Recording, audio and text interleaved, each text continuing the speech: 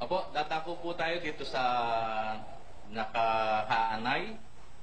Isa po siyang Iglesia ni Cristo ni Ginoong Manalo. At hindi po ata siya magtatanong, kapatid ni Eli, kundi ang labit niya po, base po dito sa nakasulat, ay naghahamon ng diskusyon.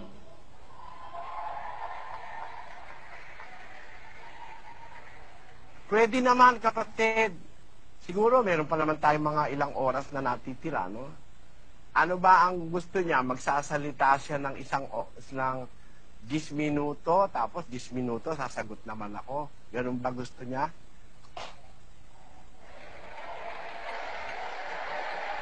Actually po, kapatid ni Eli, dito po, meron po siyang inilatag na paksa na titindigan daw niya. Di ko lang po alam kung ito ay miyembro o ministro o napag-utusan ng isang ministro. Ito po yung kanyang paksa, kapatid ni Eli.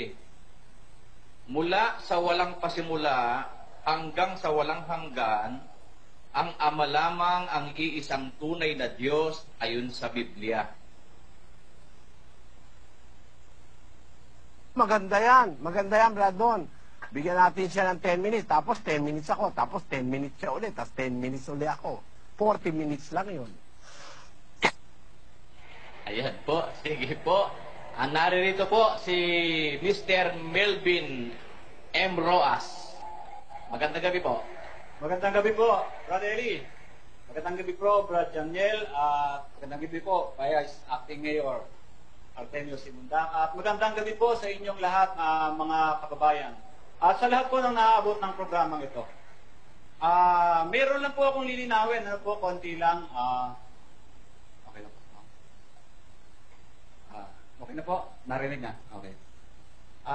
Ako po kasi, Brad Eli, ay mayroong kaibigan na miyembro nyo. Ngayon, bago pa po siya naging miyembro sa inyong samahan, ay magkaibigan na kami. Ngayon, lagi kami nagkakatalastasan hanggang sa dumating na nga yung punto na sabi ko, mas maganda, idaan natin sa diskusyon.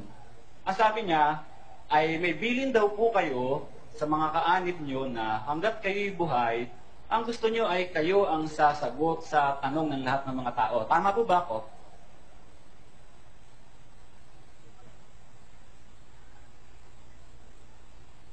Hindi po ganon, kapatid. Hanggang buhay ako, gusto ko ako makikipagdiskusyon kung, halimbawa, kung po pwede na makarating ako. Kagaya ngayon, hindi naman ako makakarating personal dyan, pero sa ganitong paraan pwede. Yung sagot, maraming pwede sumagot eh. Si Sis Luz lang pwede sumagot eh. Pero sa diskusyon, gusto ko kung personal akong makakasali, kagaya halimbawa sa Isaya, wala halimbawa sa lugar ni kapatid na Noli, wala kasi silang internet doon, di ako makakasagot.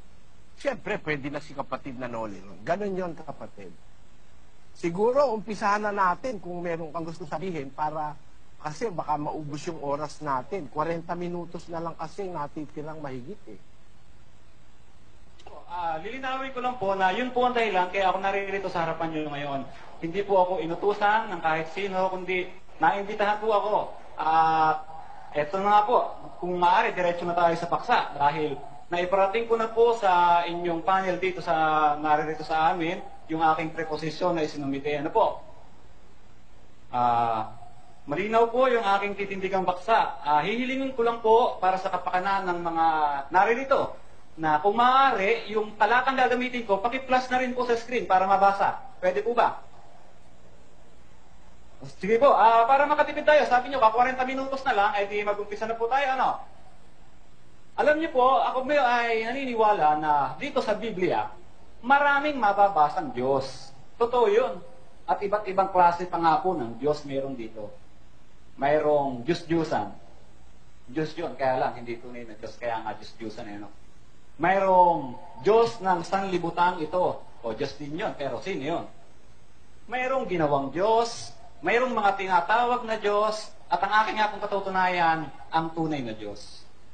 Maliban po kasi sa Biblia, wala nang ibang tinawag na tunay na Diyos, kundi ang Ama. Yan po ang aking titindigan. Ngayon, dahil po sa binanggit ko na marami ngang klase ng Diyos na mababasa, ay siguro ang pinakamagandang unahin natin sagutin, mga kababayan, paano natin malalaman kung yung isang Diyos ay tunay o hindi? Pwede pong pakilagay sa screen yung Jeremias 10, ang talatay 10 hanggang 11.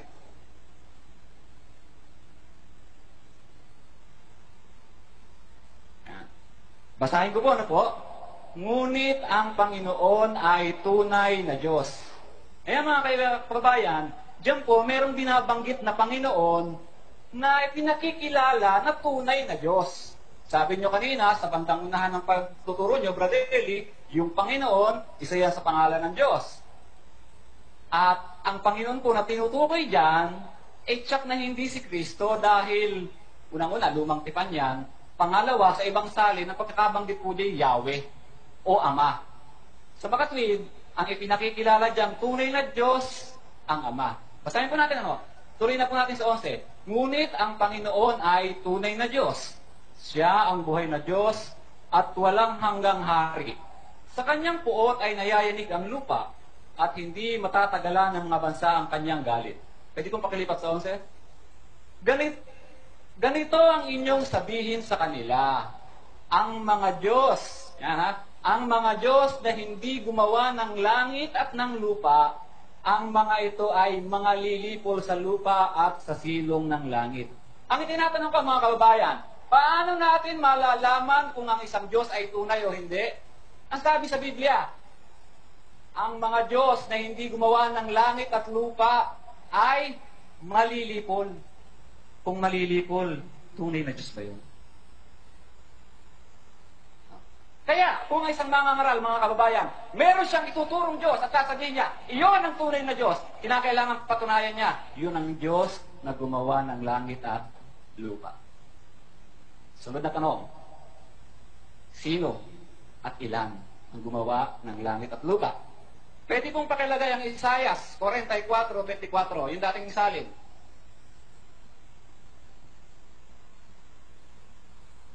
Ganito ang sabi ng Panginoon, na iyong manunubos, at niyang nag-anyo sa iyo mula sa bahay bata. Ako ang Panginoon na gumawa ng lahat ng bagay, na nagladlad na mag-isa ng langit, na naglatag ng lupa. Mga kababayan, ilan ang Diyos na lumikha ng langit at lupa? Ang sabi ng Diyos, ako na mag-isa. Ang tanong, na pakisagot, bakit Brother Eli, sa inyong pagtindig, ang ibig bang sabihin ng ako na mag-isa, merong kasama? Ang sabi ng Diyos, ako mag-isa ang nagladlad, gumawa. Ang ibig bang sabihin nun, may katulong, katulad ng binanggit nyo kanina? At ang isa pang tanong, Brother Eli, si Kristo po ba ang nag-iisang Diyos na lumikha ng langit at lupa? Meron pa akong oras, kaya babasa pa ako ng ilang talata. Ano po ang katunayan na hindi si Kristo ang iisang tunay na Diyos? Pwede pong pakilagay sa screen yung Juan 17:3. Ito, malimit yung ginagamit ito, mga kababayan. Pakilagay po, mga kapatid. Ang nagsasalita po dito ay ang ating Panginoong Jesucristo. Ito'y bahagi ng kanyang panalangin sa Ama. Ang sabi niya, at ito ang buhay na walang hanggan, na ikaw ay makilala nila na iisang Diyos na tunay at siyang iyong sinugo sa makatwid bagay si Jesucristo. Ang sabi ni Kristo sa Ama, ikaw ay makilala nila. Sa English, they may know you, the only true God. Mga kababayan, pag sinabi po bang only, meron pang iba? At saka, pakipansin niyo po yung ginamit na ng ating Panginoong Jesucristo termino sa talata. Ang sabi niya, ikaw, you. Hindi po niya sinabing, you and me. Hindi niya sinabing, ikaw at ako ang nakilala nilang iisang Diyos. Hindi po ganun eh. Ikaw ang Ama lang.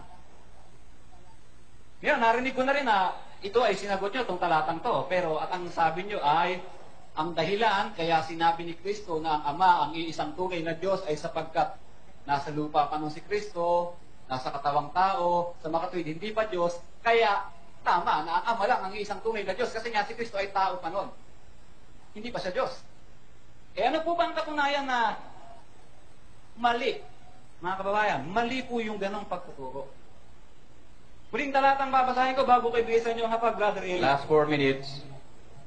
Pakilagay po yung Isaias 43 Gs. Isaias 43 Gs, sa dating salin.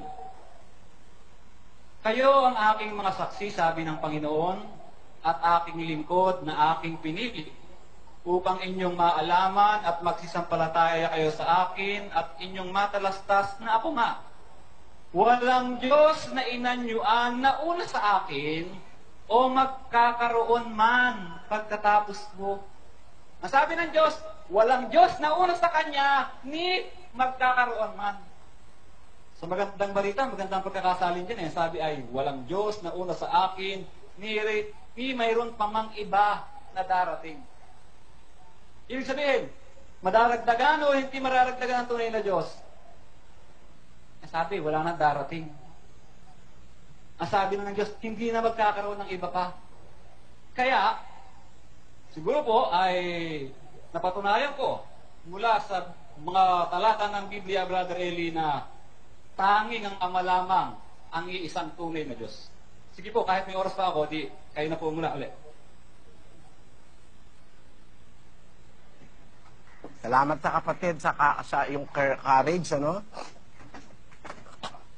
Unang-una, mga kababayan, ito ginawa ko, pinahintulot ko, bagaman ito exposition, hindi discussion, para magkaroon ng liwanag sa tao, at pati na doon sa ating kapatid, ano? Ang unang-una niyang sinabing talata, wala raw, ang tunay na Diyos daw, wala nang iba kundi yung Ama. Ang ginamit niyang talata, Jeremias 10:10. Basahin nga natin, kapatid na Daniel. Ngunit ang Panginoon ay tunay na Diyos. Siya ang buhay na Diyos. At walang hanggang hari. Sa kanyang puot ay nayayanig ang lupa at hindi matatagalan ng mga bansa ang kanyang galit. Ganito ang inyong sasabihin sa kanila, ang mga Diyos na hindi gumawa ng langit at ng lupa. Ang mga ito, ang mga lilipol sa lupa at sa silong ng langit. Ayan. Paano raw malalaman yung tunay na Diyos? Sabi niya, yung tunay na Diyos daw, gumawa ng langit at lupa. No? At yun daw hindi tunay na Diyos, malilipol daw, sabi niya. Ang tanong natin, si Kristo ba malilipol? Basahin nga natin ang Ebreo, kasi yung hindi tunay na Diyos, sabi niya malilipol, yun ang pakahulugan niya eh. Basahin natin ang Ebreo, Kapitulo 3, at versikulo 8. Si Jesucristo ay siya ring kahapon at ngayon, oo, at magpakailanman. Hindi naman pala malilipol si Kristo eh. Siya pala ngayon, kahapon, ngayon, at magpakailanman. So hindi siya kasama dun sa hindi tunay na Diyos. Kasi sabi mo kapatid, yung hindi tunay na Diyos, malilipol sa lupa at sa ilalim ng araw, malilipol. Katunayan si Kristo wala na sa lupa, nasa langit na eh. Kaya hindi siya malilipol dahil siya ang kahapon, ngayon, at magpakailanman. Ngayon, ginamit mo rin yung sitas na sino ba at ilan ang gumawa sa langit na siyang tunay na Diyos. Basahin natin ang Isaias 44:24. Ganito ang sabi ng Panginoon ng iyong manunubos at niyang nag-anyo sa iyo mula sa bahay bata. Ako ang Panginoon na gumagawa ng lahat na bagay, na naglaladlad na mag-isa ng langit, na naglalatag ng lupa. Wala namang masama ron sa nakalagay sa talata. Di naman sinasabi nun si Kristo'y tao eh. Ang sabi ron ng Panginoon, sabi ng Panginoon, ako yung manunubos, na ganyo sa'yo mula sa bahay bata. Ako ang Panginoon na gumagawa ng lahat ng bagay, na nagladlad na mag-isa ng langit. Talagang mag-isa siya nagladlad ng langit eh. Bakit? Tanungin nga natin si Kristo, Panginoon Kristo, tinulungan mo ba ang Diyos nung magladlad ng langit? O, basahin natin ang 8 ng Kawikaan, 22. Inari ako ng Panginoon sa pasimula ng kanyang lakad, bago pinasimulan ang kanyang mga gawa ng una. Ako'y nalagay mula noong araw, mula nang walang pasimula, bago nalikha ang lupa. Ako'y nailabas nang wala pang mga kalaliman, nang wala pang mga bukal na sagana ng tubig. Bago ang mga bundok ay nalagay, bago ang mga burol ay ako'y nailabas. Samantalang hindi pa niya nililikha ang lupa, ni ang mga parangman, ni ang pasimula man ng alabok ng sanglibutan. Nang kanyang itatag ang langit, nandoon ako. Hindi naman pala yung inaangkin na tinulungan niya eh. Sabi niya, nang itatag niya langit, nandun ako. O, sabihin mo naman wala siya ron. Pwede mo bang alisin siya ron? Andun siya eh. Nang itatag niya ang langit, mag-isa yung nagtatatag na Diyos na makapangyarihan sa lahat. Pero nandun siya. Eh di hindi siya tao. Yun ang sabi nung karunungan eh. Ang nagsasalita kasi dyan, yung karunungan ng Diyos. Eh sino ba yung karunungan ng Diyos? Na nung itatag niya ang langit, nandoon siya. Basahin natin yung 1.24 ng unang Korinto. Ngunit sa kanila na mga tinawag, maging mga Hudyo at mga Griego, si Kristo ang kapangyarihan ng Diyos at ang karunungan ng Diyos. Si Kristo pala yung karunungan ng Diyos. Yung karunungan ng Diyos na kasama ng Diyos nung iginagawa niya ang lahat ng bagay. Mag-isa siyang nagtatatag ng langit, pero nandun yung karunungan. Ano? Basahin natin ang sabi ni San Pablo. 2:6, kapatid na Daniel, ng unang Korinto hanggang 8. Gayunman ay nangagsasalita kami ng karunungan sa mga may gulang, bagaman hindi ng karunungan ng sanglibutang ito o ng mga may kapangyarihan sa sanglibutang ito, na ang mga ito'y nangauuwi sa wala. Kundi sinasalita namin ang karunungan ng Diyos sa hiwaga, yaong karunungan na itinalaga ng Diyos bago nilalang ang mga sanlibutan sa ikaluluwalhati natin, na hindi napagkilala ng sino mang pinuno sa sanglibutang ito, sapagkat kung nakilala sana nila, ay dising di ipinako sa krus ang Panginoon ng kaluwalhatian. Nakita mo? Yung sinasabi ng mga apostol ng karunungan, si Kristo yun eh. Yun ikang karunungan niya, itinalaga ng Diyos bago pa nilalang ang sanlibutan. Hindi, wala pang alikabok na pagkukunan sa tao, nandun na yung karunungan, tinalaga na ng Diyos bago pa nilalang ang sanlibutan. Na yung karunungan yan, di napagkilala ng pinuno ng sanlibutan. Kasi kung nakilala nila, sana di ipinako sa cross yung Panginoon ng kaluwalhati. Ay di yung pala yung pinako sa cross. Si Kristo yon. Kaya ang sabi niya sa 1.24, si Kristo ang kapangyarihan ng Diyos at ang karunungan ng Diyos. Hindi napagkilala ng pinuno ng sanlibutan, kaya nila ipinako. Si Kristo yon. Ngayon, ang Kristo ang nandoon kasama ng Diyos. Naglalatag ang Diyos ng langit na mag-isa, pero ando ng anak. Wala naman ako sinabing tinulungan ng anak eh. Makapangyarihan nga ang Diyos eh. Ngayon, nung mga tiyempo na hindi pa siya ipinanganganak ng Diyos, ano ba ang kalagayan ng anak? Basahin natin sa 1:18 ng Juan. Walang taong nakakita kailanman sa Diyos. Ang bugtong na anak na nasa sinapupunan ng Ama, siya ang nagpakilala sa Kanya. Ayun, nasa sinapupunan na pala siya. Noong umpisa pala, nasa sinapupunan siya ng Ama. Kung ang Ama'y tunay na Diyos, iba naman hindi tao ba naman yun, nasa sinapupunan ng Ama. Ang Kristo nang galing mismo sa sinapupunan ng Ama. Hindi galing sa lupa, kapatid. Maghulos dili ka. Yung katawan niyang tao, yun ang nanggaling sa lupa. Pero siya, yung anak na bugtong, hindi galing sa lupa yon. 10:5 ng Hebreo. Kaya't pagpasok niya sa sanglibutan ay sinasabi, hain at handog ay hindi mo ibig. Ngunit isang katawan ang sa akin ay inihanda mo. Nakita mo, kapatid? pumasok siya sa sanlibutan, eh di hindi siya galing dito sa sanlibutan. Pero ba naman yung papasok dito na nag-umpisa. Hindi siya rito nag-umpisa. Pagpasok niya sa sanlibutan, ipinaganda siya ng isang katawan. Yun na nga yung nagutom, nauhaw, tinuli. Yun nga yung tinutuya ng mga ministro mo eh. Meron ba ikang Diyos na tinutuli? Meron ba ikang Diyos na nauuhaw? Eh kung di ka ba naman gago, pastor ka ni Manalo, kung di ba naman malaking kagaguhan yun. Naghanda nga ang Diyos ng katawan dito sa lupa. Pagpasok niya sa sanlibutan, galing siya sa sinapupunan ng Ama, may nakahanda ng katawan para sa kanya. Dito sa lupa nag-umpisa yung katawan. Katawan tao yun eh. Pero siya, hindi dito nag-umpisa. Pumasok siya sa sanlibutan. Katunayang galing siya sa Ama, tres ng Juan. Si Jesus, sa pagkatalastas na ibinigay na ng Ama ang lahat ng mga bagay sa kanyang kamay, at siya'y nanggaling sa Diyos, at sa Diyos din paroroon. Ayon, ang galing siya sa Diyos din paroroon. Eh kung yung Ama na pinanggalingan eh tunay na Diyos, eh tao ba naman yung nanggaling? Napakalaking katangahan naman nun.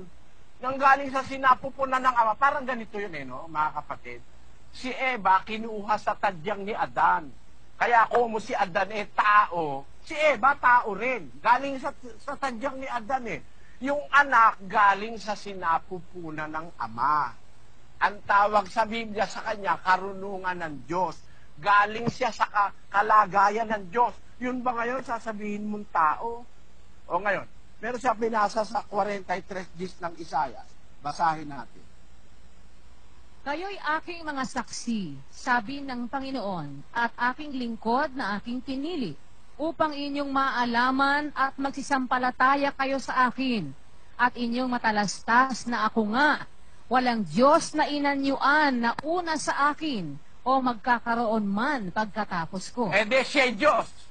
Mula nung una, hanggang matapos, hanggang pagkatawala hanggang siya Diyos. Eh kasama niya yung anak doon sa sinapupunan niya. Eh, ipupwera mo ba yun? May napakatanga mo kapatid pag ipinwera mo yun. Kasama siya nung Ama sa sinapupunan niya. Kaya kung siya man ay Diyos, walang nakauna sa kanya, walang magkakaroon pagkatapos niya, eh kasama niya na yung anak sa kanya. Nasa sinapupunan niya yun eh. Marunong ka pa ba kay Juan? Marunong ka pa ba sa mga apostol? Hindi na nga magkakaroon ng iba dahil kasama na siya nung umpisa pa. Hindi na magkakaroon ng iba. Eh tapos sabi mo, si Kristo sabi niya, nakatingala siya.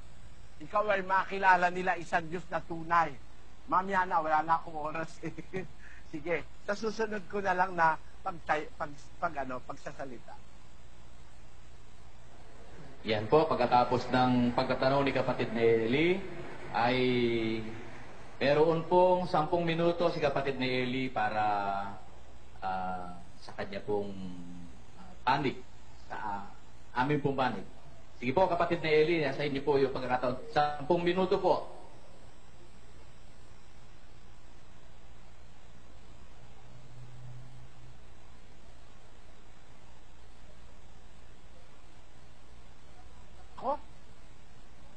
Tanong ba? Tanong, Gadon? Iyo pong kanina kapatid na Eli, cross-examination po para doon po sa kanyang itinindig. Ngayon po, nasa inyo po yung pagkakataon para naman sa atin pong panig, 10 minuto po. Pagkatapos po nito, siya naman po magtatanong. Ganun ba? Sige, ako naman ngayon. Tutuloy ko doon sa 17:3 kapatid na Daniel. Pakibasa mo ang 17:1 muna. Tapos 3, tapos 5. Ang mga bagay na ito ay sinalita ni Jesus, at sa pagtingala ng kanyang mga mata sa langit ay sinabi niya, Ama, dumating na ang oras, luwalhatiin mo ang iyong anak upang ikaw ay luwalhatiin ng anak. At ito ang buhay na walang hanggan, na ikaw ay makilala nila na iisang Diyos na tunay, at siyang iyong sinugo sa makatwid bagay si Hesukristo. At ngayon, Ama, luwalhatiin mo ako sa iyo rin ng kaluwalhati ang aking tinamo sa iyo, bago ang sanglibutan ay naging gayon. Kung mapapansin nyo mga kapatid, gayon din sa iyo kapatid, ano? Ang sabi ng ating Panginoong Jesus sa 17:1, nakatingala siya. Sabi niya, Ama, dumating na oras, luwalhatiin mo ang iyong anak upang ikaw ay luwalhatiin ng anak. Anong kaluwalhatian yung hinihingi niya sa Ama? Sa 5, sabi niya, Ama, luwalhatiin mo ako sa iyo rin ng kaluwalhati ang aking tinamu sa iyo bago ang sanlibutan ay naging gayon. Bay, nauna pa pala sa sanlibutan yung kanyang kaluwalhatian eh. Paano magiging tao ang isang nagtamo ng kaluwalhatian bago ginawa ang sanlibutan? Ha? Napakalupit nyo kay Kristo. Yung mga ministro mo, lulupit kay Kristo. Bakit? Abe, komo ayaw nyo Diyos si Kristo, may ginawa nyo, tao na lang basta. Bakit? Hindi nga pwedeng maging tao eh. Bakit ganon? Wala pa sa libutan eh. Saan magaling ang tao? Di ba nila lang sa alabok ng lupa? Ang tao naging kaluluwang buhay. So ang tao nag-umpisa sa alabok ng lupa. Wala pa nga ang sanlibutan, nagtamo na ng kaluwalhatian ito. Paano mo naman sasabihin, tao lang ito? Napakalupit nyo naman kay Kristo. Kahit ba naman anghelo, kaya isa dun sa 24 na matatanda o isa dun sa 4 na nilalang na buhay. Wala na ba kayong mai-assign na iba kay Kristo kundi tao? Yan ang maling perception ng puno mong si Manalo. Na komo hindi raw tunay na Diyos si Kristo, tao nga. Paano naging tao nagtamo ng kaluwalhatian bago pa nilalangan sa libutan? Yun ang pinapanalangin niya sa 17 Luwalhatiin mo ako sa iyo, Ama, ng kaluwalhatiang aking tinamu sa iyo bago ang sanlibutan naging gayon. Kaya hindi tao ito. Tiyak na tiyak hindi tao ito. Ngayon, ano naman na ibig niya sabihin nung sabihin niya, ikaw ay makilala nila. Basahin nga natin 17:3, kapatid na Daniel. At ito ang buhay na walang hanggan, na ikaw ay makilala nila, na iisang Diyos na tunay, at siyang iyong sinugo sa makatuwid bagay si Hesukristo. Ang sabi nung kapatid, mali raw yung paliwanag ko dahil si Kristo raw noon nasa lupa. Kaya sa langit siya nakatingala, mali raw yung paliwanag ko na makilala kanila ay isang Diyos na tunay. Alam mo kapatid, ikaw lang naman ang ang nagpakahulugan nun, wala namang nabasa ka sa Biblia, no? Ang nababasa sa Biblia, nung panahon na yon, basahin natin ang 2 ng Filipos, versikulo 5. Mangagkaroon kayo sa inyo ng pag-iisip na ito'y na kay Kristo Jesus din naman, na siya, bagamat nasaan yung Diyos, ay hindi niya inaring isang bagay na nararapat panangnan ang pagkapantay niya sa Diyos, kundi bagkus hinubad niya ito at nag-anyong alipin na nakitulad sa mga tao. Yan ang tunay na dahilan kung bakit sinabi niya, makilala ka nila, nakatingala siya sa langit, na iisang Diyos na tunay. Bakit? Noong panahon na yon, hinubad niya yung kanyang pagkapantay sa Diyos. Nag-anyo siyang alipin, nakitulad siya sa tao. Alam namang ipakilala niya yung sarili niya, pati ako Diyos. Kasi, nasa panahon siyang hinubad niya yung kanyang pagkapantay sa Diyos. Nag-anyo siyang alipin. Bagaman siya ay nakatutuboy nasaan yung Diyos, hindi niya inaring bagay na nararapat panangnan ang pagkapantay niya sa Diyos. Pagkus hinubad niya ito, na ganyong alipin, nakitulad sa tao. Hindi pala tao, nakitulad lang sa tao Nakitulad sa tao. Meron mo naman tao, makikitulad pa sa tao. Napaka-insensato naman yon.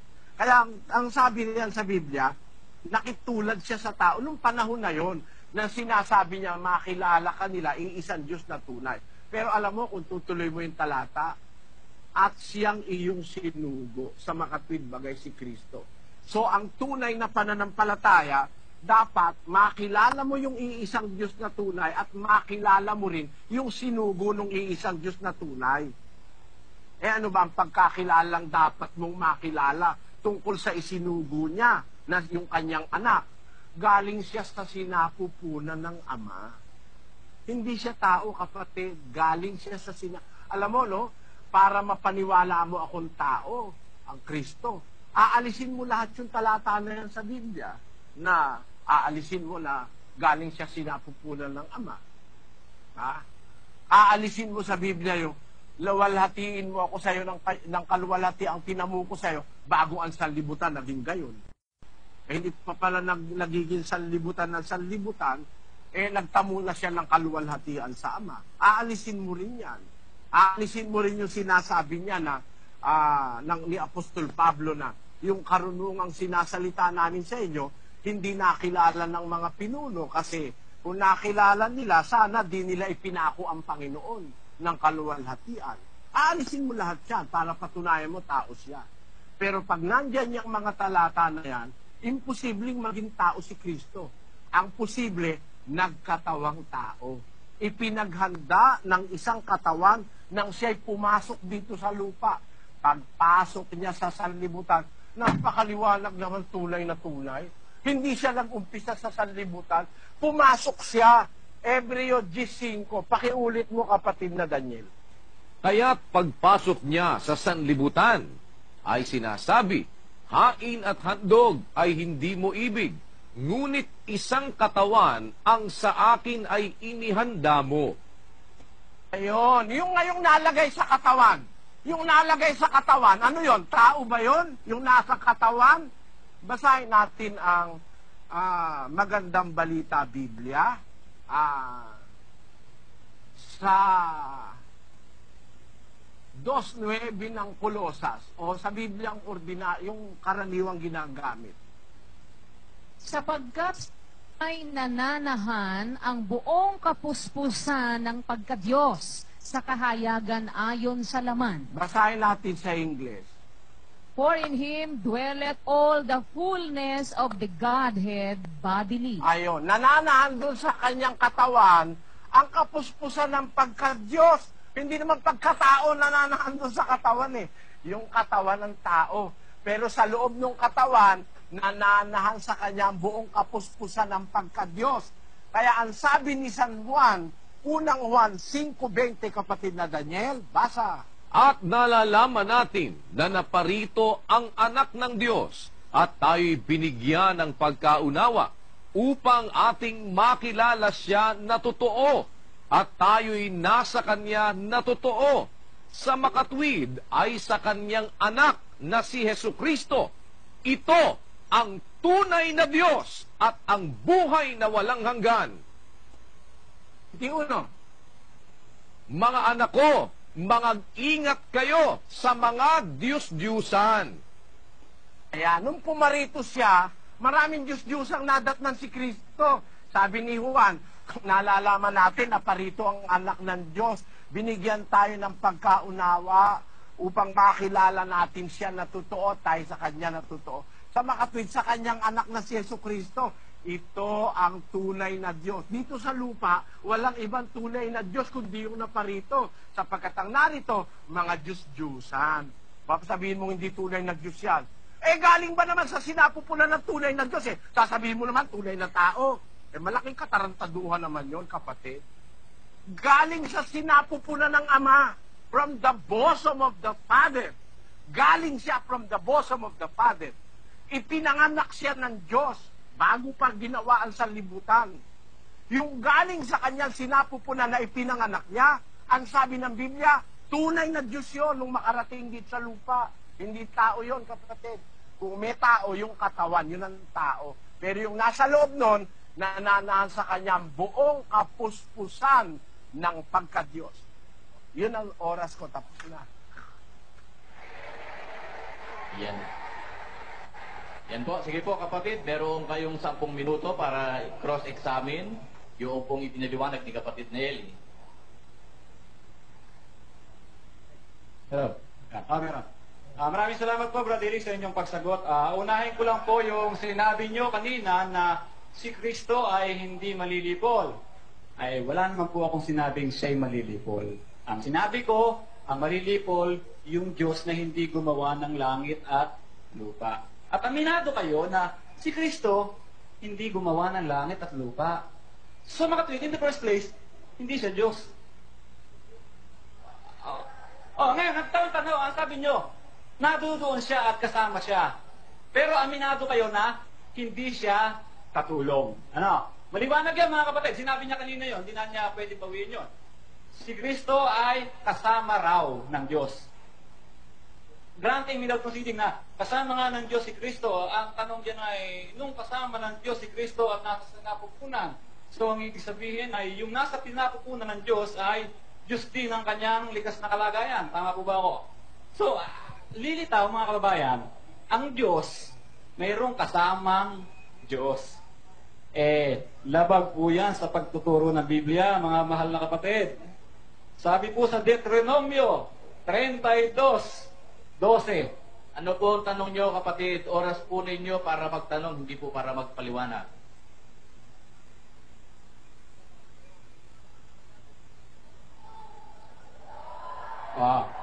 Sorry. Hindi ko na, akala, ang malinaw na ibinigay, sandali lang po, pwedeng pause on time kasi meron lang tayo nire-resolve, no? Ang malinaw po yung ibinigay kong yung preposition. Unang tindig, sasabihin ko yung aking stand. Kalawang tindig, tapos susunod si Brother Eli, sasabihin niya yung kanyang stand. Pangalawang tindig, sasabihin ko yung sagot sa inilahat ni Brother Eli. Tapos meron pa ulit isang 10 minuto si Brother Eli para i-cross-examine o sagutin yung aking tindig na inuunang tindig. Tapos, yung cross-examination at Kaya nga po, 20 minutes oras nyo na po para magtanong ngayon, kapatid, dahil nagtinding na po si Brother Eli kanina. Oras nyo po ngayon para magtanong doon sa kanyang ipinaliwanag. So, cross-examination na natin. Ito yung 20 minutes kong cross.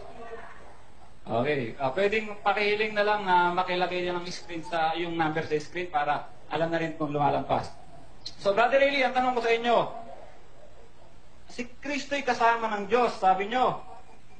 Bakit po ang sabi sa Deuteronomio 32:12, walang ibang Diyos na kasama? Kung mayroon palang kasama, tapos yung kasama niya, Diyos. Hindi po ba lilitaw, contradiction yun? Hindi. Siguro sa isip mo, kapatid, contradiction. Pero kung basahin nga natin yung 32 Gs ng Exod, ng Deuteronomio. Kanyang nasumpungan sa isang ilang sa lupain at sa kapanglawan ng isang umuungal na ilang. Kanyang kinanlungan sa palibot, kanyang nilingap, kanyang iningatang parang salamin ng kanyang mata. Parang agila na kumikilos ng kanyang pugad, na yumuyong-yong sa kanyang mga inakay. Kanyang ibinubuka ang kanyang mga pakpak, kanyang kinukuha, kanyang dinadala sa ibabaw ng kanyang mga pakpak. Ang Panginoon na mag-isa ang pumatnubay sa kanya, at walang ibang Diyos na kasama siya. Yun. Sa Israel kasi, nasa Ehipto sila. Maraming Diyos sa Ehipto Maraming Diyos sa Ehipto, kapatid. Sana kukunin mo yung talata na kasama yung context.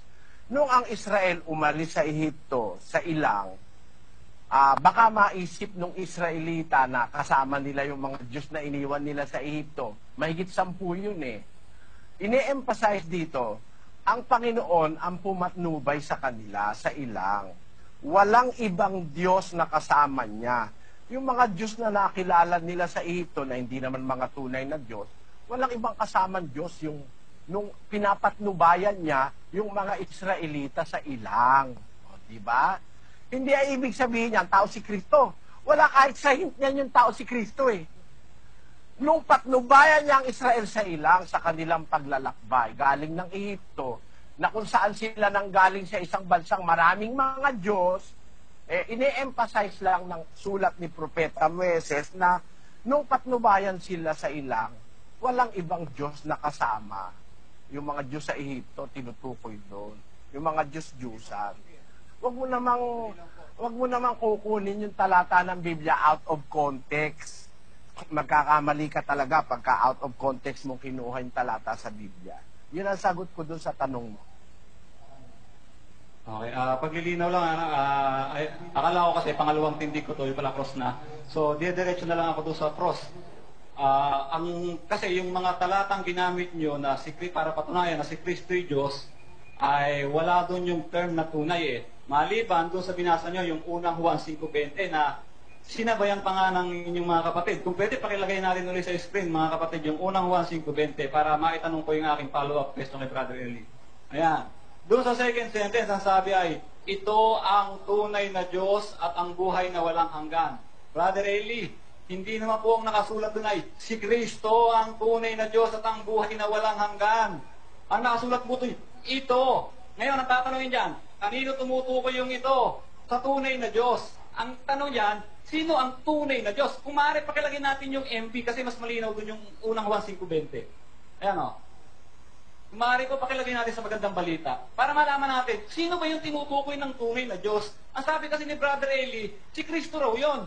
Eh, hindi naman nakasulat yung Kristo. Nakasulat ay ito. Kaya kung maaari, para maging malinaw, pakilagay muna natin yung saling magandang balita. Ayan.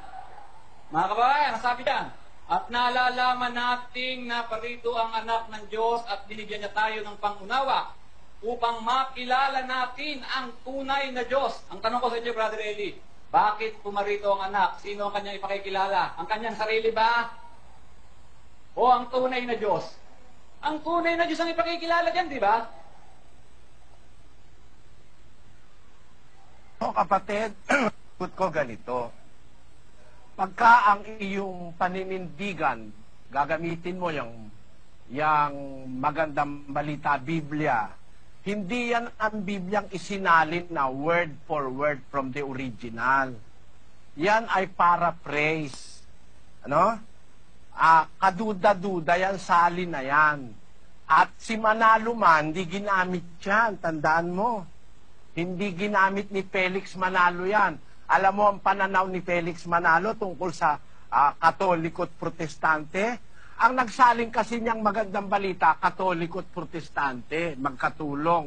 Ang pananaw ni Felix Manalo, basahin nga natin sa Pasugo. Ito nga, babasahin ni kapatid na Daniel sa'yo, ha? Kaya sa wakas ng lathalang ito, Pasugo, August 1961, kaya sa wakas ng lathalang ito, dapat na nating itakwil ang mga paring Katoliko at ang mga pastor protestante sapagkat sila'y mga ministro ni Satanas. Dapat din nating itakwil ang Iglesia Katolika at ang iba't ibang Iglesia Protestante sapagkat sila'y hindi sa Diyos kundi sila'y kay Satanas o sa demonyo. Ayon. Yung palang mga pastor ng protestante at mga pare sa demonyo, nagsali ng Biblia. Yun ngayon ang ginagamit mo, yung sali ng mga sa demonyo. Sabi ni Manalo yun, di ako may sabi, no? Pero susundan kita para bigyan ko ng kaligayahan mo, no? Babasahin ko yung magandang balita, Biblia. 5:20. Nalalaman nating naparito ang anak ng Diyos at binigyan niya tayo ng pangunawa upang makilala natin ang tunay na Diyos. At tayo nasa tunay na Diyos at sa kanyang anak na si Jesucristo. Ito ang tunay na Diyos at buhay na walang hanggan. Kita mo na, nasa tunay na Diyos tayo, yung Ama, tapos, at sa kanyang anak na si Jesucristo. Itong Kristo, ito ang tunay na Diyos at buhay na walang hanggan. Sa 21, ba't sinabing tunay na Diyos? Mga anak ko, lumayo kayo sa mga Diyos-Diyusan. Yung naparito, tunay na Diyos yun. Yung naparito, ito. Kaya nga naparito, ito eh. Ha? Alam nga namang naparito, yun. Iba yung naparito, ito. Kaya nga ang ginagamit, demonstrative pronoun. Ito. Ang tunay na Diyos at buhay na wala hanggan. Bakit? Hindi naman natapos yung talata ron eh. May kasunod pa, 21 eh. Mag-ingat kayo sa Diyos-Diyusan. Kaya sa dami ng Diyos-Diyusan sa lupa, ang naparito na tunay na Diyos, yung anak ng tunay na Diyos. Siyempre, anak ng tunay na Diyos yun. Tunay na Diyos din yun, ano? Ngayon, ginamit ko yung magandang balita para bigyan kita ng kaligayahan, kapatid. Pero walang sinasabi dyan na si Kristo'y tao. Diyan sa talatang yan. Walang sinasabing tao si Kristo dyan. Ito ang tunay na Diyos at buhay na walang hanggan. Magandang balita yan, ano? Sino ba yan tunay na Diyos at buhay na walang hanggan sinasabi dyan? Basahin natin ang magandang balita rin. 1:1 hanggang 4, kapatid na Daniel. Sa pasimula pa'y naroon na ang salita, kasama ng Diyos. Unang Juan, anak. Unang Juan. 1:1 hanggang 4. Sumusulat kami sa inyo tungkol sa Kanya. Nasa simula pa'y siya na, ang salita na nagbibigay buhay. Narinig namin siya at nakita, napagmasdan at nahipo ng aming mga kamay. Nahayag ang buhay nakita namin siya at pinatotohanan sa inyo at ipinangangaral namin sa inyo ang buhay na walang hanggan na kasama ng Ama at nahayag Kita sa mo? amin. Kita mo, ang buhay na walang hanggan pala, si Kristo, yung kasama ng Ama. Sabi ng magandang balita Biblia. Kaya, ang buhay na walang hanggan, tinuturo ni Juan, diyan sa unang sulat ni Juan, yung nakita niya, nakipo ng kamay nila. Sabi niya sa uno-uno, ang liwanag eh. Siya ang salita na nagbibigay buhay. Narinig namin siya, nakita, namasdan, nahipo ng aming kamay. Tapos sa dos, nahayag ang buhay, nakita namin siya. Si Kristo yun eh. At pinatotohanan sa inyo, ipinangangaral namin sa inyo ang buhay na walang hanggan na kasama ng Ama at nahayag sa amin. Sino yung buhay na walang hanggan? Si Kristo. Kaya siya rin yung tinutukoy ni Juan sa 5:20, siya ang tunay na Diyos at buhay na walang hanggan. Mag-ingat kayo sa Diyos-Diyusan. Yan kapatid. Buksan mo lang ang isip mo. Huwag kang kumontra sa katotohanan. Ikaw na gumamit yung talata, no? Ikaw na gumamit yung magandang balita. Susundan kita, pero makikita mo na ang buhay na walang hanggang tinutukoy na tunay na Diyos na naririto sa lupang, naparito, yung anak. Ayun. Of course, yung Ama tunay na Diyos. Yung anak, hindi naman tunay na tao. Ganun yun. Ayun po, tapos na po ang inyong 10 oras ng pagtatanong kapatid. At nasa ikalawang pagtindig na po kayo. Huling tindig po ninyo. Meron po kayong 10 minuto, kapatid. Last 10 minutes ko na to, kaya dito ko na lang ipopokus sa unang Juan 5:20, mga kapatid. Balik tayo dun sa dating salin kasi kino-question niya yung MB, no? Bagamat hindi naman ang topic natin dito ay kung sa demonyo ba o hindi yung mga nagsali nun. Ang aking pong topic na titindigan ay sa Biblia, walang ibang tinawag na tunay na Diyos kundi ang Ama. Dito po sa unang Juan 5:20, kagaya na ng sinabi ko na kanina, wala naman pong sali ng unang Juan 5:20 na may mababasa tayong Jesus Christ is the true God and eternal life. O ito si Yesu Kristo ang tunay na Diyos. Siya po ang nagtuturo, si Brother Eli, na yung daw tunay na Diyos tumutukoy sa anak. Mga kapatid, gaya nga po ng sinabi ko kanina, ang dahilan po para kaya naparito ang anak ay upang ating makilala siya. Yung siya na tinutukoy dito, ang Ama yun ang tunay na Diyos. Yan ang dahilan kaya nagparito ang anak para ipakilala ang tunay na Diyos. Ngayon, sino ang ipinakilala ng anak na tunay na Diyos nung siya naririto na? Wala po tayong mababasa, mga kababayan, na sinabi ni Kristong, ako ang tunay na Diyos. Wala po. Wala po tayong mababasa kahit anong talata na sinabi ni Kristo, ako ang tunay na Diyos. Kung ang dahilan kaya siya naparito ay para ipakilala ang tunay na Diyos, at kung ang tunay na Diyos pala siya, bakit hindi niya isinama yung kanyang sarili doon sa pinakilala niya? Siya pala yung tunay na Diyos din. Ganun lang po kasimple, mga kababayan. Pero ang sabi niya, si Kristo raw, bagamat kahit anong sali ng ating basahin, wala po tayong mababasang ang si Yesu Kristo, ang tunay na Diyos at ang buhay na walang hanggan. Ang totoo po niya, mga kababayan, yung terminong tunay na Diyos, 3 beses lang po yan binanggit sa buong bagong tipan. Yung sinabi ko kanina, yung Juan 17:3, na doon ay ipinakilala ni Kristo ang Ama na iisa ang tunay na Diyos. Iisa, hindi dalawa. Iisa. Doon sa unang Thessalonica, 1:9. Doon ay mababasa rin natin na ang tunay na Diyos mayroong anak. Tapos bigla-bigla ituturo ni Brother Eli dito sa unang Juan 5:20. Biglang naging yung anak na ang tunay na Diyos. Tanggapin natin pansamantalang, tunay na Diyos nga yung anak, tunay na Diyos din yung Ama. Di lilitaw, may dalawa ng tunay na Diyos. Salungat na po yun sa Bible Kasi ang sabi ay, ito ang, at hindi mo sinabing, ito ang mga tunay na Diyos. Kung tunay na Diyos pala sila pareho, dapat singular yung ginamit. Dapat plural. Di po ba? Pero gaya nga po ng masasabi ko, kahit ako may oras pa, ay bibigyan ko na rin kay Brother Eli, ay sa Biblia po, bagamat marami siyang sinitas kanina na talata para patunayan si Kristo'y Diyos, eh wala naman po doon yung tunay. Ang sabi ko nga, maraming klase ng Diyos, kaya definido yung ating pinag-uusapan, tunay na Diyos. Bigyan niyo po ako ng talata na mababasang si Hesus Kristo, ang tunay na Diyos. Sapagkat binigyan ko kayo ng talata ang Ama ang iisang tunay na Diyos. Fair lang po sa palagay ko yun. Maraming salamat po. Tapos na siya? Opo. Kayo ng party ko, Brandon. Brandon, ano ngayon ang party ko? I-cross-examine po siya, kapatid ni Eli, doon sa kanyang mga ipinaliwanag.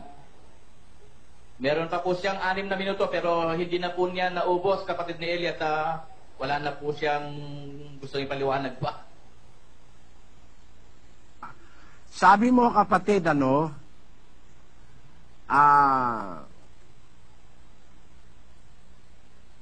gumamit ka uli ng bagong salin. Sabi mo, ay ng dating salin. Balik tayo sa dating salin. Para ka palang palaka Pagka for your convenience, iiwan mo yung pinuntahan mo. Hindi ako ganon. Alam mo, pagka may prinsipyo ka, pag ginamit mo yung salin na yon, ay dapat, huwag mong itatakwil, huwag mong iiwanan. Ginamit mo Masama sa Biblia yan. 14:22 ng Roma. Pakinggan.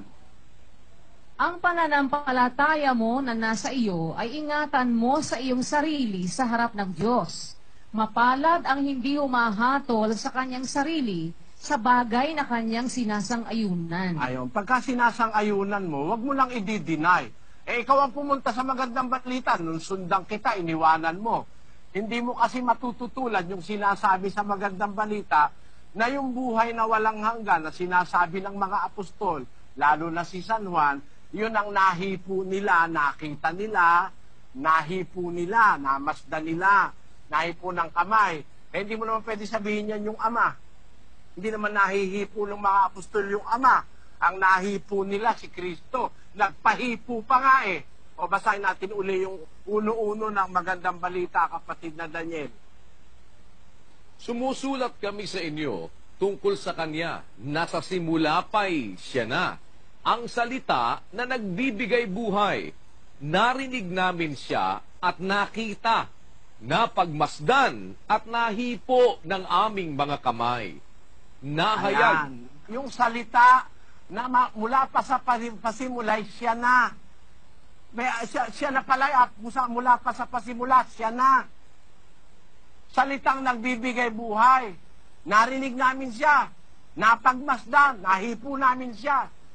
Yan ba ngayon sino ba yung nahipo nila na yan? Na buhay na walang hanggan.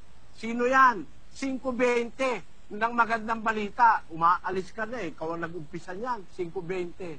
At nalalaman natin na parito ang anak ng Diyos at binigyan niya tayo ng pangunawa upang makilala natin ang tunay na Diyos at tayo'y nasa tunay na Diyos sa kanyang anak na si Jesucristo. Ito ang tunay na Diyos at buhay na walang hanggan. Kita mo, sasabihin mo, walang mababasa sa Biblia. Ikaw na nga gumamit niyan Ha? At tayo nasa tunay na Diyos sa kanyang anak na si Jesucristo. Sino yung tunay na Diyos? Si Jesucristo na sinutukoy ni Juan. Ito ang tunay na Diyos at buhay na walang hanggan. Sino yung buhay na walang hanggan? Na tunay na Diyos. Nakita namin Siya, nahipo namin Siya ng kamay. Hindi naman yun yung Ama Kaya nga napakaliwanag, naparito. Dito, ang tinutukoy ni Juan, yung pumunta rito, tunay na Diyos yun. Ipapakilala niya yung tunay na Diyos din. Ngayon, ang sayo, ang problema mo, pagka ganyan ka, magiging dalawa na ang tunay na Diyos. Kasi sabi mo tunay na Diyos Ama, tunay na Diyos si Kristo. May problema ba yon? Basahin nga natin ang magandang balita pa rin. 10:30, basa sa Juan, kapatid na Daniel. Ako at ang Ama ay iisa. Di naman pala naging dalawa Ako at ang Ama ay iisa. Ano na ang problema mo, kapatid? Ako ay tunay na Diyos. Ang Ama ay tunay na Diyos. Pareho kaming tunay na Diyos iisa lang. Bakit? Nag-umpisa naman kami parehong magkasama Nasa sinapupunan ng Ama ang anak. Tunay yung Diyos na kinaroroonan niya. May ano siya? Tao. Napaka-mali namang pangangatwiran. Wala na sa logic, wala pa sa sensibleness, wala pa sa Biblia. Ang tunay na Diyos, nahipo ng aming, ang buhay na walang hanggan, nahipo namin, sabi ng mga apostol, nahipo ng aming kamay, nakita namin siya, pinangaral namin siya, buhay na walang hanggan siya. Sino yon? Ito ang tunay na Diyos, ang buhay na walang hanggan. Sino yon? Yung naparito, ang anak. Kaya, bakit tunay na Diyos sa pakilala ni Juan? Kasi maraming dinatnan si Kristo sa lupa, buhay na walang hanggan. Ayun yun. Diba? Ngayon, susundan kita, kapatid, doon sa sinabi mo na, teka ha, ang sabi niya kanina, wala raw mababasa si Kristo tunay na Diyos. Yun nga ang Bibliang binasa mo na magandang balita, yun na nga nababasa Matigas lang ulo mo, kapatid. Alam mo, naunawaan kita. Napadilim na kasi isip mo dahil ang puno mo nasa kadiliman. Kaya didilim na rin ang isip mo. Yan ang tiyak na tiyak dyan. Pareho na kayong magdilim ang isip. Nabulag na isip mo ng pambubulag ni Satanas at saka ni Manalo. Na si Kristo tao lang. Hindi mo na kasi matanggap mismo. Yung Biblia mismo binasa mo. Ikaw na pumunta riyan, ha? Tapos sabi mo, babalik ka tayo sa dating salin. O de, tusundan naman kita uli. Mahirap itong ginagawa mo sa akin para kang palundag-lundag susundan naman kita. Sabi mo, balik daw tayo sa dating salin. Lilitaw daw sa dating salin, may mababasa ka ba ikaw si Kristo tunay na Diyos? Si Yesu Kristo tunay na Diyos. Wala kayo ka mababasa si Yesu Kristo tunay na Diyos. Di basahin natin sa dating salin. 5:20 ng unang Juan. At nalalaman natin na naparito ang anak ng Diyos at tayo'y binigyan ng pagkaunawa upang ating makilala siya na totoo at tayo'y nasa kanya na totoo. Sa makatwid ay sa kanyang anak na si Jesucristo. Sino ba yung totoo? Sino ba yung sa makatwid Si Kristo yung totoo? Upang makilala natin siya na totoo. Tayo nasa kanya na totoo. Sa makatwid. Kailan ba ginagamit yung salitang sa makatwid? Therefore, sa makatwid, totoo, yung kanyang anak na si Jesucristo, ito ang tunay na Diyos at ang buhay na walang hanggan, mga anak ko. Mag-ingat kayo sa mga Diyos-Diyusan. Yun ang nakasulat sa talata Bakit sinabing tunay na Diyos? Kasi yun na parito, tunay na Diyos, in comparison sa mga dinatnan sa lupa na mga Diyos-Diyusan. Kunin mo lang yung unawa, kapatid. Yung naparito, tunay na Diyos. Bakit tunay na Diyos? Tingnan mo papakita ko sa'yo. Nagkatawan tao yun Yung nagkatawan tao ba? Tao? Basahin nga natin ang unang Timoteo 3:16. Pakinggan mo Sa lahat ng salin mo basahin. At walang pagtatalo. Dakila ang hiwaga ng pagkadiyos. Yaong nahayag sa laman. Pinapaging banal sa espiritu. Nakita ng mga anghel. Ipinangaral sa mga bansa. Sinampalatayanan sa sanglibutan. Tingnan mo, yan si Kristo Dakila ang hiwaga ng pagkadiyos. Pagkatao ba sinasabi diyan? Pagkadiyos May dakilang hiwaga ang kanyang pagkadiyos. Yaong nahayag sa laman. Di yung kanyang pagkadiyos nahayag sa laman. Nagkatawan tao nga kasi siya. Tapos, pinapaging banal sa espiritu, nakita ng mga anghel, pinangaral sa bansa, sinampalatayanan sa sanlibutan, tinanggap sa itaas sa kaluwalhatian. Di ba si Kristo yan? Dakila ang hiwaga ng pagkadiyos. Hindi lang basta tunay na Diyos. Dakila pa hiwaga ng pagkadiyos ni Kristo. Ano sasabihin mo walang mababasa? Dakila ang hiwaga ng pagkadiyos. Siya yung tunay na Diyos na nakarating dito sa lupa at buhay na wala hanggan. Patunayan natin. Balik tayo sa dating salin. Unang Juan 1:1 hanggang 4, kapatid na Daniel. Yaong buhat sa pasimula, yaong aming narinig, yaong nakita ng aming mga mata, yaong aming namasdan at nahipo ng aming mga kamay tungkol sa salita ng buhay. At ang buhay ay nahayag at aming nakita at pinatotohanan at sa inyo'y aming ibinabalita ang buhay na walang hanggan na kasama ng Ama at sa atin ay nahayag. Yaong Tamo, ang buhay na walang hanggan na kasama ng Ama. So yung buhay na walang hanggang nahipo ng mga apostol, nakita nila, narinig nila, yung buhay na walang hanggan na yung kasama ng Ama. Tama? Sino yon? 5:20. At nalalaman natin na naparito ang anak ng Diyos at tayo'y binigyan ng pagkaunawa upang ating makilala siya na totoo at tayo'y nasa kanya na totoo. Sa makatwid ay sa kanyang anak na si Hesukristo.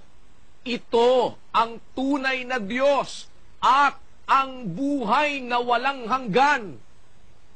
Ngayon, ang tunay na Diyos at buhay na walang hanggan, si Kristo. Kasama ng Ama, iba yung Ama. Iba yung Ama, tunay na Diyos yun eh. Pero yung kasama niya, hindi naman Diyos-Diyusan. Yung kasama niya, buhay na walang hanggan at tunay na Diyos. Tunay na Diyos na paano? Nung dumating sa lupa, pinakilalang tunay na Diyos dahil maraming Diyos-Diyusan. Ang liwa-liwanag, kapatid eh. Itong salita ng buhay na ito, itong buhay na walang hanggan, nahipo ng aming kamay. Binabalita namin sa inyo, yung buhay na walang hanggan na kasama ng Ama. Eh, sino yung buhay na walang hanggan kasama ng Ama? Yung tunay na Diyos at buhay na walang hanggan, yung anak. Sasabihin mo, walang mababasang tunay na Diyos yung anak. Ayaw mo lang basahin. Ayaw mo lang tanggapin. May nababasa. Tanungin mo lahat ng tao nakikinig ngayon, naririnig nila. Meron silang narinig. May nabasa. Ikaw lang naman ang bukod tangi. Kasi nauunawaan nga kita. Diyan ka siguro lumaki. Yan na pinakain sa'yo tuwing Huwebes at saka Linggo. Yan na lagi mong narinig. Hindi madali para maunawaan mo. Naunawaan kita, kapatid, at hindi kita sinisisi. Pero ang masasabi ko sa'yo, kung ididilat mo yung pangunawa ng puso mo, wala namang ibang Diyos na kasama ang Ama na sinasabi na naglatag ng langit na mag-isa. Wala namang sinasabi tayo na may katulungan Diyos naglatag ng langit eh. Ang sinasabi natin, may kasama ang Diyos nung inilalatag niya ang langit. Sabi nung karunungan, nang itatag niya ang langit, nandun ako. Nung maglagay siya ng balantok ng kalaliman, nandun ako. Nandun siya eh. Lahat ng ginawa ng Diyos, nasaksihan niya eh. Basahin natin ang Apokalipsis 3, versikulo 14. At sa anghel ng iglesia sa Laodicea ay isulat mo, ang mga bagay na ito ay sinasabi ng siya nawa, ng saksing tapat at totoo, ng pasimula ng paglalang ng Diyos. Kita mo? Ang saksing tapat at totoo. Bakit saksi? Lahat ng ginawa ng Ama, nasaksihan niya eh. Siya ang pasimula ng paglalang ng Diyos. Paano mo naman igigiit sa akin tao yan? Saksing tapat at totoo, pasimula ng paglalang ng Diyos. Siya yung siyanawa, siya yung amin, siya si Kristo, siya yung siyanawa. Hindi makakatutol dyan ang pastor mo na ang siyanawa si Kristo. At kung si Kristo yung siyanawa, siya yung saksing tapat at totoo. At siya rin ang nakasaksi ng pasimula ng paglalang ng Diyos. Nandun siya bago nag-umpisa ang paglalang. 8:22 ng Kawikaan. Basahin natin. Inari ako ng Panginoon sa pasimula ng kanyang lakad, bago pinasimulan ang kanyang mga gawa ng una. Ako'y nalagay mula noong araw, mula nang walang pasimula, bago nalikha ang lupa. Ako'y nailabas nang wala pang mga kalaliman, nang wala pang mga bukal na sagana ng tubig. Bago ang mga bundok ay nalagay, bago ang mga burol ay ako'y nailabas. Samantalang hindi pa niya nililikha ang lupa, ni ang mga parang man, ni ang pasimula man ng alabok ng sanglibutan. Nang kanyang itatag ang langit, nandoon ako, nang siya'y maglagay ng balantok sa balat ng kalaliman. Nang kanyang pagtibayin ang langit sa itaas, nang maging matibay ang mga bukal ng kalaliman, nang bigyan niya ang dagat ng kanyang hangganan, upang huwag salangsangin ng tubig ang kanyang utos, nang kanyang iayos ang mga patibayan ng lupa. Nasa sipingan niya ako. Yan. Meron pala kasiping ang ama eh. Nasa siping niya ako. Huwag mo naman alisin sa Biblia yan, kapatid. May kasiping ang ama. At tiyak na tiyak ko, hindi tao yun. Bakit? Eh wala pa ang lalabok nun eh. Hindi pa ginagawa tao nun eh. Nasa siping niya na ako eh. Kaya sabi ni Kristo, luwalatiin mo ko sa'yo, Ama, ng kaluwalati ang aking tinamu sa'yo. Bago ang sanlibutan naging gayon. So umiiral na siya kasama ng ama, nasa siping ng ama, nang ginagawa lahat ng bagay. Tama yung Apokalipsis, siya ang pasimula ng paglalang, saksing tapat, siya ang siyanawa. At ang Kristo ang panguna sa lahat ng bagay, na nakasaksi ng lahat ng bagay na ginawa ng ama. Huwag mong sabihin tao yon, kapatid. Ang tao lumitaw lang nang gawin ang Diyos mula sa alabok ng lupa. Iyon ang katotohanan ng nasa Biblia. At sana naunawaan mo. Kaya lang, di natin talaga matatapos pang usapan to, mahabang paksa ito. Kasi ang hinahanap mo palagi, mabasa, si Kristo ang tunay na Diyos. Kristo ang tunay na Diyos. Si Kristo ang tunay na Diyos. Yun ang gusto mo mabasa letra por letra eh. Para kung hahanapin ko rin sa'yo, basahin mo, si Manalo ang anghel sa sikatan ng araw. Wala kang mababasa nun. Letra por letra, si Manalo anghel sa sikatan ng araw. Kahit nga sa lubugan ng araw, hindi mo kayang basahin si Manalo yung anghel eh. Yun ang ibig ko sabihin. Huwag kayong ganyan kung gumamit ng Biblia. Ang Biblia may lohika. Ang Biblia may sentido. Ang Biblia may konteksto. Hindi puro lahat ng katotohanan, letra por letra ang mababasa mo. O, kagaya ito. Mababasa mo ba si Manalo? Bula ang propeta? Hindi. Pero sabi ng Diyos, lilitaw ang maraming bula ang propeta. Kasama si Manalo ron. Yun. Ang katunayan bula ang propeta yan, ang itinuro niya Santa Cena, may abulo yan. Wala namang abulo yan na Santa Cena sa Biblia. Tingnan mo? Ang itinuro niyang panalangin, patayo. Tumayo kayo. Wala namang ganun sa Biblia na ting mananalangin, tumayo. Kaya ministro mo, ting mananalangin, nakatayo eh. Kasi utos ni Manalo yun. Tumayo kayo. Basahin natin. Antikristo ito si Manalo eh. Basahin natin sa kanilang pangunahing aral.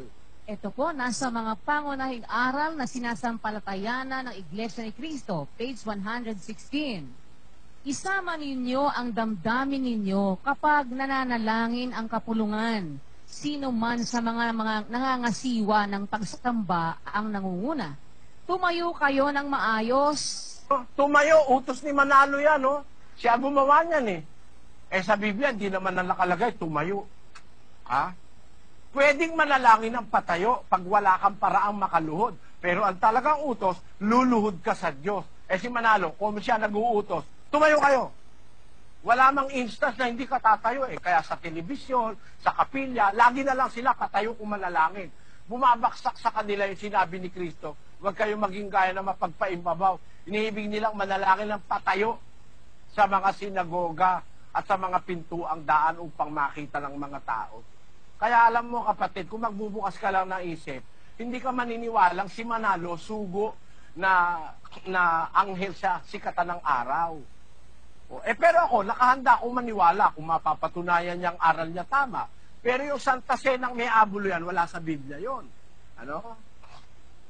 Yung aral ninyo na maraming mga aral kayo iba't iba na wala sa Biblia, yung kagaya nung sa inyo, libre sigarilyo. Libre lasing sa inyo. Mga ministro nyo, naninigarilyo. Bawal sa Biblia yan. Paano naging sugo yung isang taong ganon? Pero ako, hindi ko hinahanap si Manalo, sugong anghel. Wala kasi nun eh. Tapos hahanapin mo, Gusto mo, laging ang mababasa, si Kristo ang tunay na Diyos. Maling pag-aral ng katotohanan yan. Maling pag-unawa. Naawa ako sa'yo, sana samahan ka ng Diyos, kapatid.